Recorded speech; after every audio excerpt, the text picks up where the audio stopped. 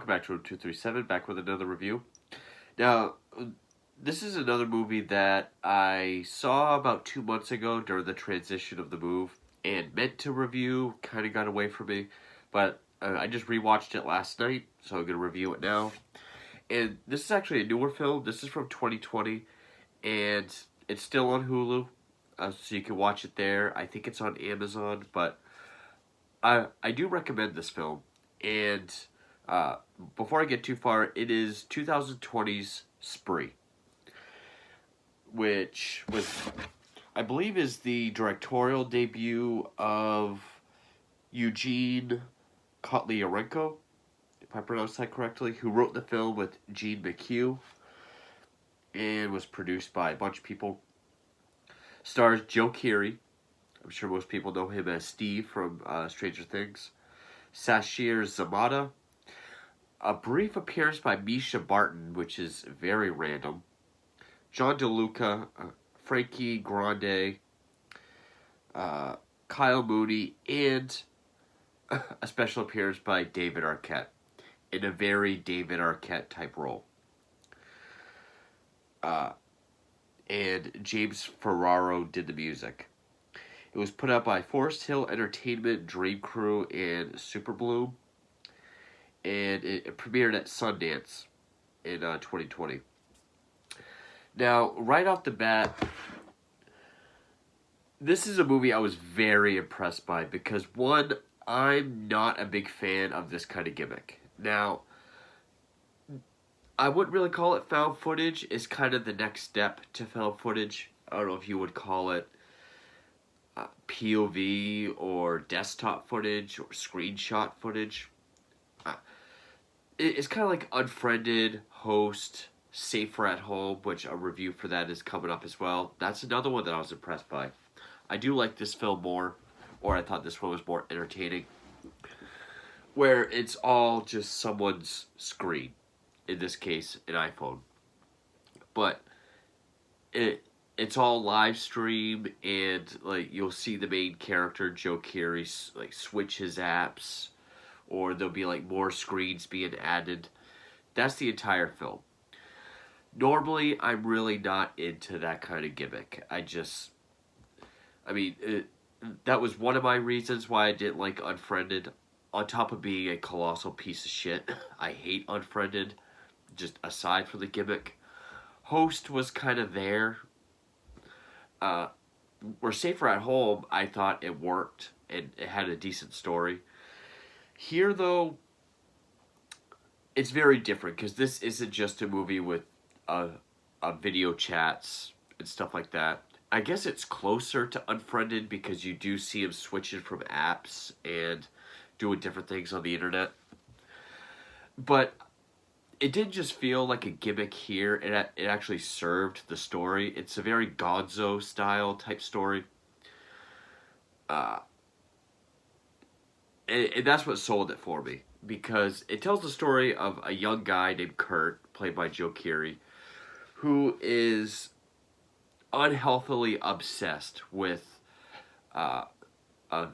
internet clout, followers, subscribers, likes, going viral.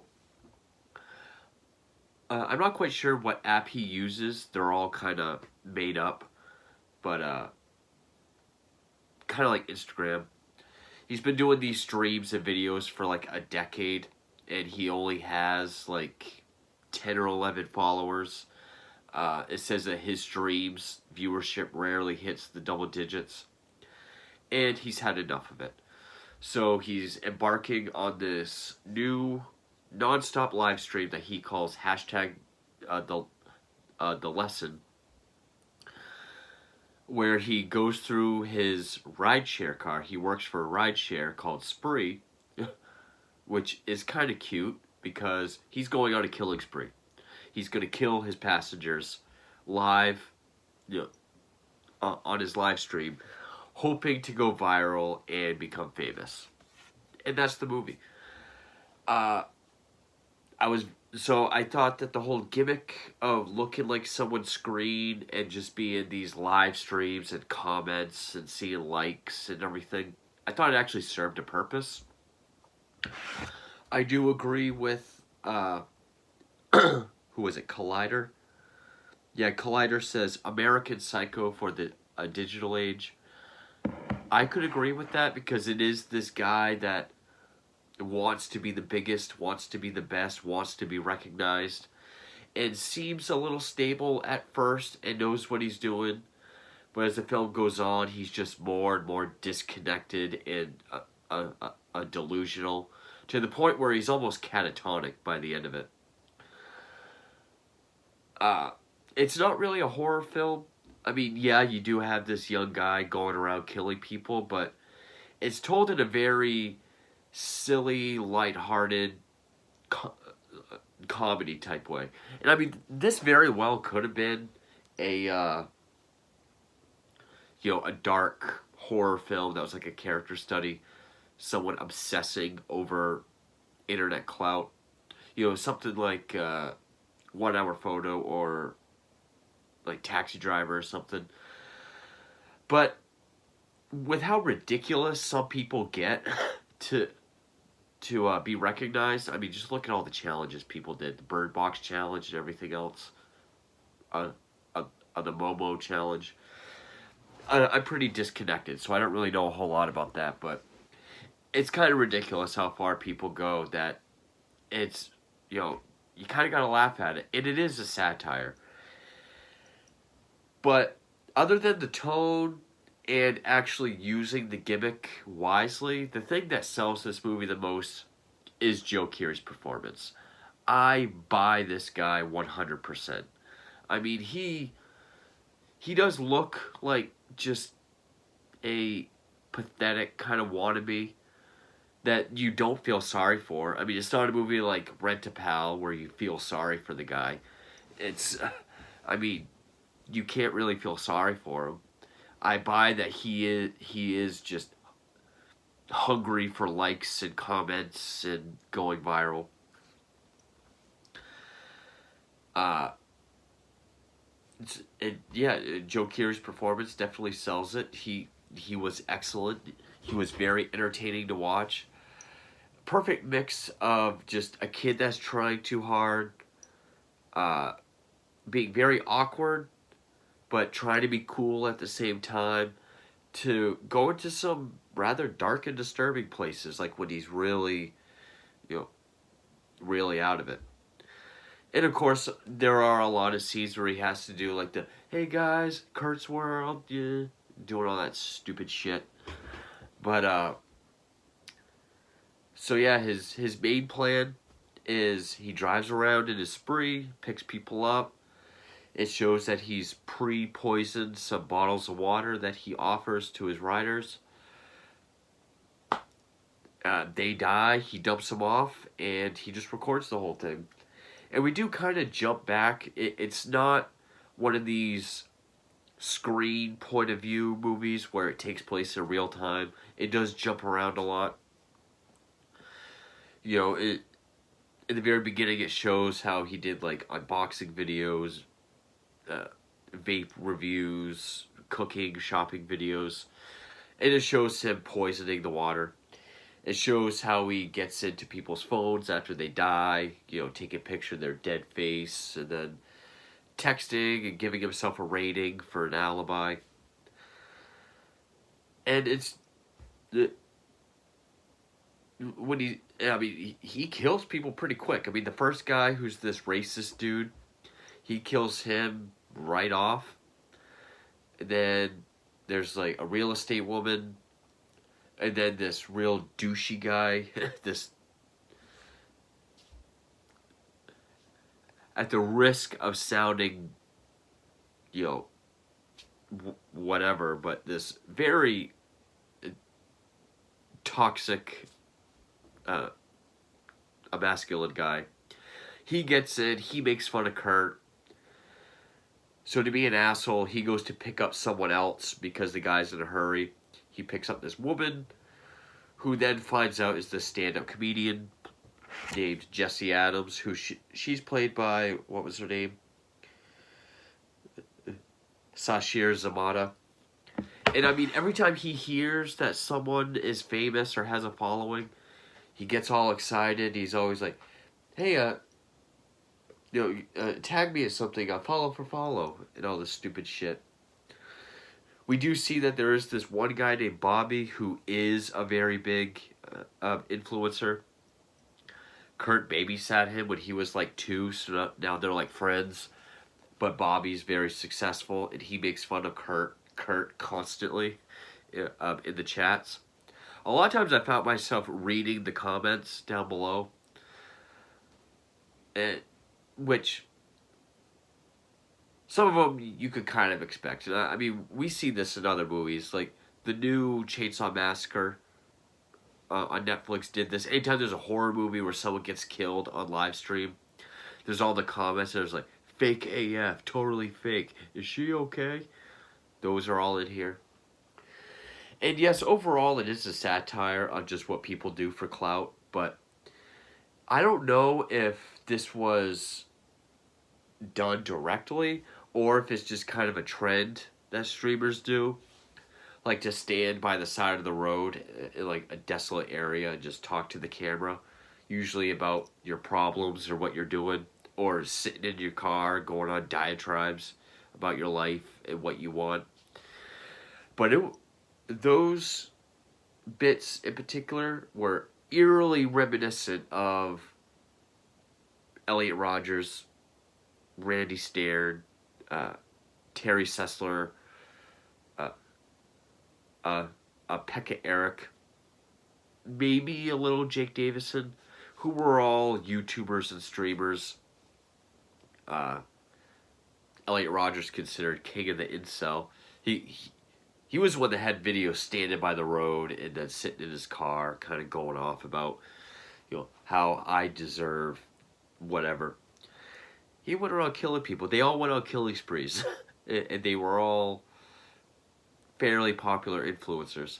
So I don't know if that was direct or if it just happened to be, but it made me think of those guys while watching this, like those. Not even when he's killing people, like I said, just standing in front of the road or sitting in his car, just talking to the camera. And I mean, if it makes me think of those guys, I guess, that speaks something. But yeah, the kills get a little bit more and more crazy. His hashtag, the lesson is not working. He's still not getting any followers or viewers. Bobby promised to tag him, and he never did. So he goes to Bobby's house and kills him on his live stream. And that's when we get the shot that was, I think, in the original poster, where it's like him looking at the camera with a big smile, blood on his face. He's in the shower. Because his viewership is now in the triple digits, and he's just so excited. He takes Bobby's pistol with him. Probably the biggest kill is when he picks up this trio. There's two women and a guy. One of them is Mischa Barton. And I was watching, I was like, is that Mischa Barton? There's no way. But it was. And they're kind of like high society, I don't want to say Jersey Shore type people, but he's like, hey, I know this really cool spot where, we could just go hang out. So they're like, sure. So go to this junkyard. He tells the couple in the back to stand up through the sunroof. It's really cool. Try it out. So they do, and they really like it. Then he has Mischa Barton look out the window. He's like, you're not going to want to miss this. So while she does that, he closes the sunroof so they're stuck, breaks through this fence, and then these vicious junkyard dogs just come right up on the car and eat them, while he just grabs a drill and drills into Mischa Barton's head. We don't really see it, but like as soon as he grabs the drill and goes towards her, we get his view of the inside of the car wash with all the brains and meat and blood washing off.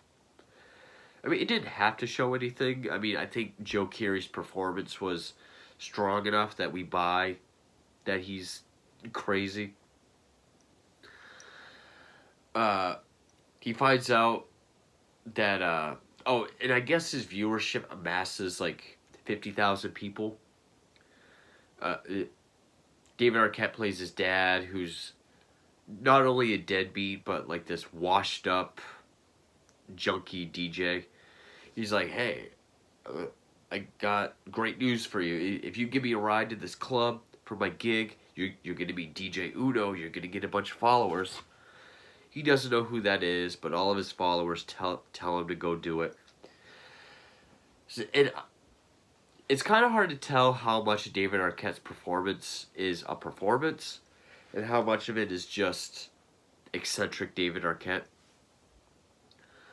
But he meets Uno. She doesn't tag him. He gets pissed and leaves. But she says, hey, bring me to a taco stand.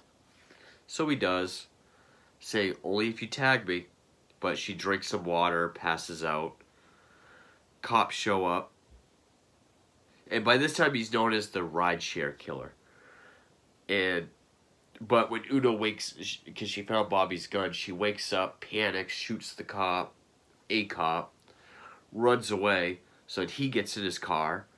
A chase ensues, and I mean, by this point, he's driving down the wrong side of the freeway, dodging cars, drives through this sort of homeless commune, running over tents, goes off a jump, flips the car. And by this point, he's on cloud nine. He thinks he's unstoppable. But I think this is when some cracks start to show. Like, his excitement's kind of come down. And now everything's kind of started to snap for him. Because he decides to go to a stand-up gig that Jesse's at. I mean, he's even getting mad at Jesse. And I mean, even some of these scenes are kind of like American Psycho. Like, he's watching some of her shorts. And he's like, she does some of her shorts, like, she films them vertical. I mean, that's so lame. So inconsistent and inconsiderate to the viewers. Like, watches one short, like, why is this vertical? There's no purpose. And he's just getting mad. There's times where he's just talking to the camera, like all these people just become famous. Like, Jesse's grandmother makes a joke and she's famous. I'm out here killing people, giving them gold, and I get nothing. But I deserve to go viral. You know, those kind of diatribes. So he goes to Jesse's stand-up gig, which is hosted by someone and is supposed to be like the most live-streamed comedy gig ever. So he goes, he brings Bobby's gun, and like he's sitting there filming himself, and he keeps like picking the gun up. Jesse makes jokes about the guy in the rideshare earlier that makes jokes about Kurt. But she kind of stands up for him, saying like, I was him. I used to want people to tag me. I used to want to be noticed. It's like, but now I'm done with social media. And when she talks about how sad it is to want likes, want to be known, want to be followed, the camera's going like this. It's going like this because Kurt's camera's like shaking while he's waiting to shoot her. And she's like, I'm off social media. Smashes her phone. But he kills a driver of another rideshare named Gogo. Then he picks Jesse up. He freaks her out by saying, like, I'm all done with hate. I'm all about love. It's like, can you imagine a leak sex tape between us, your followers, mine? It would be like the most incredible thing ever. And I think this movie's also kind of a commentary or satire on followers, whether it be because people are so desensitized or people are invisible behind a keyboard, so they'll just say anything. But like, she tries strangling him while he's driving.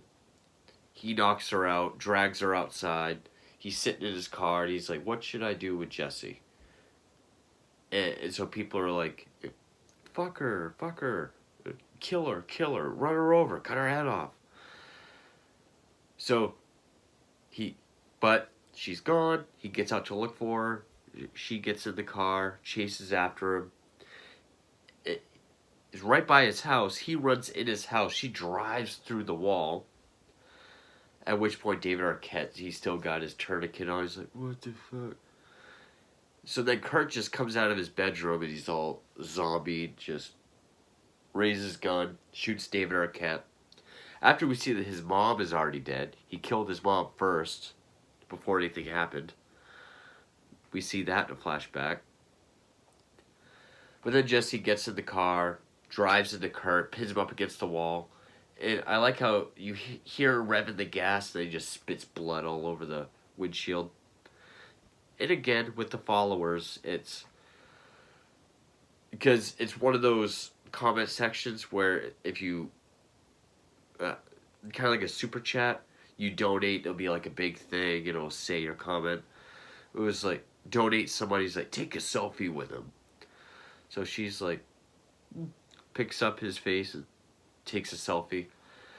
And then during the end credits, and I thought this was the most clever part of the movie. Excuse me. I mean, there are some clever bits. I mean, rideshare called Sprees, going on a killing spree. The whole satire of just what people will do for clout, but during the end credits, sort of. Because that's another thing that will kill these movies. Like, Safer at Home has a score and credits. This one doesn't. I don't think it had opening credits, but we see on the internet that Jesse is now a huge stand-up comedian. Netflix specials and I think a book or something. Her live stream was the most watched comedy event ever. Kurt now has a legacy. After death, he's gone viral. He's worshipped by other people that want to go viral. And then we see in some like anonymous chat site, people are commenting like, oh, I have this clip from his stream. I have this clip from his stream. It's like, anyone know where I can find the full stream? And then there's this comment that's like, oh, I just compiled everything I could find. Here's Kurt Kinkle, I think his name was. Kunkel. Kurt's World, and it zooms in the movie. Yeah.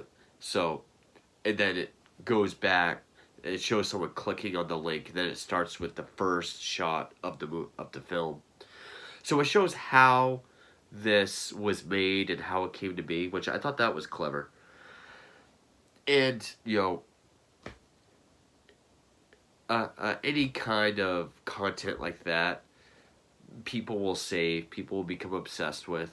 They'll make a compilation, and someone probably would make a movie of it. So I like how it showed how this whole thing kind of came to be. I thought that was kind of clever, and how it was made after the fact, just by fans, probably someone else who wants to go viral.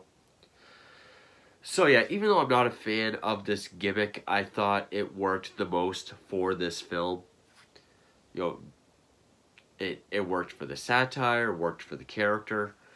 It never got annoying like it did in Unfriended and other films. It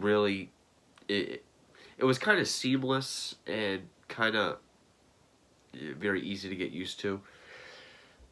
Again, the satire I thought worked. I thought a lot of it was clever.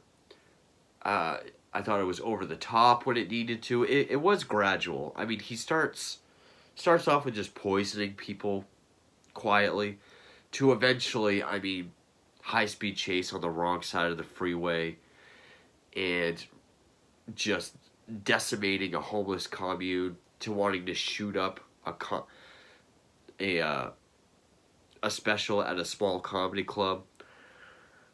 And then him becoming so delusional and disconnected till eventually he's just like a zombie. I liked how gradual it was. But above all, Joe Keery's performance. I really bought him as Kurt. I mean, he not only looked like this kind of person, but he acted him out so well. You could tell he's super committed and really driven, but also beaten down, discouraged after a decade of failing, but also trying to keep it cool and seeing that obsession and you really do buy that at this point in his life, he believes that this is okay and that this is going to get him what he wants. So Joe Keery's performance is really the high point of this film. If it had been anybody else, I would probably say don't go with this kind of gimmick or tone. I mean, just do a dark horror film, just, shot normally. Kind of like Cam, where it's like a regular film, but we do get some of the screenshot stuff. But make it a dark horror film, maybe with some satire. But with Joe Keery, his performance was so perfect for this film, and, excuse me, and for the tone. Because again, people will do ridiculous, stupid shit for clout on, especially places like TikTok and Instagram and Snapchat. That a dark comedy certainly fits. I was debating on saying lighter in tone, but it's still dark subject matter. But doing more of a comedy definitely fit the film more. But yeah, that is Spree. I was very impressed by it. I was expecting not to like it just because of the gimmick, but and I went into it totally blind. All I did was read the synopsis that's on Hulu, so I thought it was just some kid killing people into Spree. So the more it built up and the crazier it got, it was definitely an entertaining ride. No pun intended. But anyway, that is Spree 2020. #TheLesson. Thank you for watching.